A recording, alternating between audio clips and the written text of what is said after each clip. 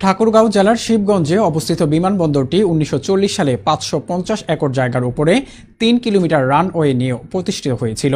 পরবর্তীতে ১৯৬৫ সালে ভারত পাকিস্তান যুদ্ধে রানওয়েটি ব্যাপকভাবে ক্ষতিগ্রস্ত হয়।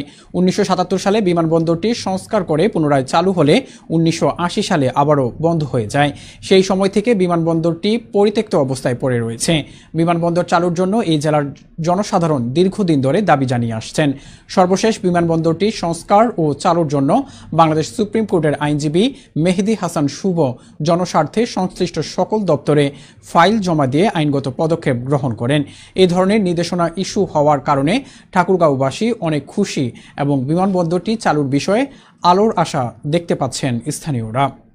এন্টারপ্রেনাররা রয়েছে, তারাও কিন্তু সেভাবে উৎসাহ পাচ্ছে না।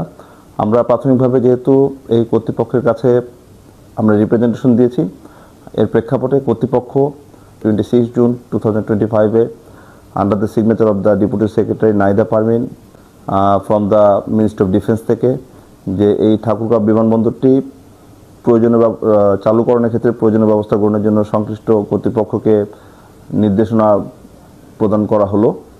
তো যেহেতু একটি অর্ডার পাস হয়েছে, সুতরাং সংশ্লিষ্ট যে কর্তৃপক্ষ রয়েছে তারা এই বিষয়ে তারা এই বিষয়ে ব্যবস্থা গ্রহণ করবেন, এটা আমরা আশা রাখি। ইন দ্য মিন টাইম আমরা বাংলাদেশ সুপ্রিম কোর্টে মহামান্য হাইকোর্ট ডিভিশনও একটি রিট পিটিশন দায়ের করেছি এবং সেই রিট পিটিশনটি শুনানির অপেক্ষায় রয়েছি।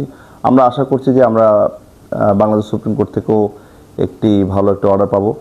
যেহেতু একটি প্রাথমিকভাবে একটি অর্ডার এসেছে, ডাইরেকশন এসেছে, তো আমরা মনে করি যে এটা ঠাকুরগাঁওবাসীর জন্য একটা বড় ধরনের একটা প্রাথমিক একটা ডিরেকশন পাওয়া from the superior authority upon the subordinate অথরিটির উপরে।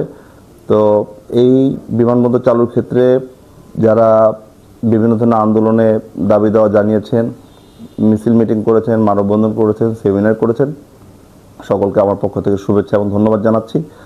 সকলেরই পরিশ্রম ছিল এবং সকলেরই অবদান রয়েছে। আমরা ঠাকুরগাঁওবাসী চাই যে এটি খুব দ্রুত চালু করা হোক। 24 জুলাই আগস্ট